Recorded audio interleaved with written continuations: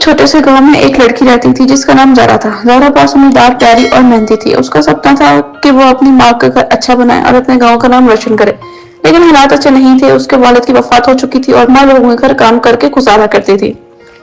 Zaara school भी जाती और माँ का हाथ भी बटाती। सुबह सुबह पानी भरना, फिर स्कूल, फिर शाम को माँ के साथ काम करना, लेकिन कभी शिकायत नहीं करती थी। वो हर वक्त मुस्कुराती थी और कहती थी, माँ एक दिन सब कुछ अच्छा हो जाएगा, बस हिम्मत नहीं हारनी।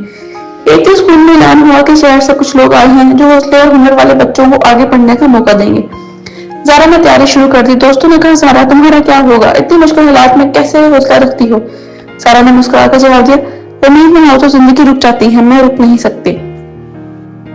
इम्तिहान का दिन आया। ज़ारा ने मेहनत और ईमानदारी से सब सवालों के जवाब दिए। कुछ दिन बाद खबर मिली कि ज़ारा का इंतखाब हो गया है, उसे शहर का बेहतरीन स्कूल में दाखिला मिल जाएगा, जहाँ उसकी तालीम मुफ्त थी और रहने का इंतजाम भी।